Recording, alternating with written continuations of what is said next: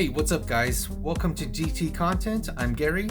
So there are rumors going around of a future Toyota MR2, and here's a quick summary of those rumors from the Japanese best car. It's to be a flagship car for the GR division. It's supposed to compete with the NSX and GTR with an estimated price of $100,000 and a completion date of 2025. The renderings are not accurate from my perspective, and it just looks like it's based off of a Lamborghini Huracan, so whoever did the artwork, hey, good job to them. They just used a Huracan. Toyota has stated in the past of resurrecting the three brothers, which includes the Supra, Celica, and MR2. We've only seen the Supra so far, and it looks like the Celica may be substituted by the Corolla or the 8.6. The only thing missing is an entry-level mid-engine sports car, which Toyota mentioned wanting to collaborate with Porsche, but there would be no benefit for Porsche in that collaboration, so it's back to just hopes and dreams. The Toyota Vice President of Sales has stated that the MR2 is not a priority as they focus with Subaru on the second generation of the 8.6, so that should confirm that it's not happening. But what if Toyota does have plans for a supercar because they don't currently have one? Well, then a mid-engine car would fit that category nicely because supercars tend to be mid-engine. I don't think it would be called an MR2 though, but it should sit at the top. So we have the entry-level 8.6 or GR Corolla, mid-level Supra, and top-level MR2 sports car, or whatever they want to call it at the time. And then there would be the current concept hypercar called the Toyota GR Supersport. Let's imagine if they did want to make a mid-engine car with what they currently have. So what would be the potential engine for this MR2 successor? Well, the V35A FTS V6 would be the most likely candidate. There might be another option when 2025 comes around, but we'll just work with the V35A for now.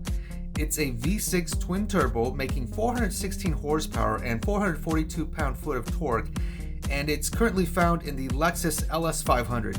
It would sit longitudinally instead of transverse in the back of the car and will require a custom transaxle. Toyota needs to make this a dual clutch transmission if it wants to be successful. The complaints from the expensive LFA supercar was that it used a single clutch transmission. 416 horsepower is still low if you're planning to build a $100,000 mid-engine supercar, but apparently the hybrid system from the 8GR FXS 3.5 liter V6, which is used in the LC500H, can be adapted to the V35Z FTS. I know, it's a lot of acronyms, but hopefully these images are going to help you out so it doesn't get confusing. The hybrid system adds 59 horsepower, so if they use the V35A FTS V6, which makes 416 horsepower, plus the hybrid system, that would be around 475 horsepower. Still short of 500 horsepower, but I'm sure they can do a few things to make it there, like increasing the boost.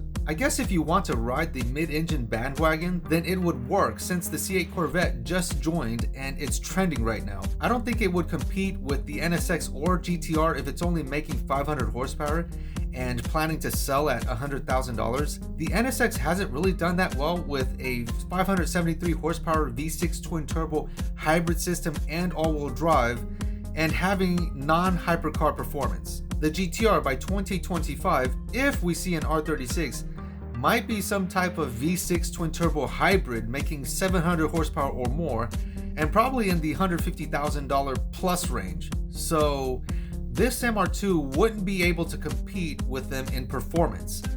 I think it's competing more with the 495 horsepower C8 Corvette, which starts around $60,000, and the rumored 600 horsepower flat plane crank V8 Z06, which is also rumored to be around $80,000 plus. It's going to be hard to compete with only 500 horsepower in the $100,000 price range. Toyota always seems to be too late to the game, or they just go into analysis paralysis thinking about building a reliable sports car, and that just hasn't worked for them.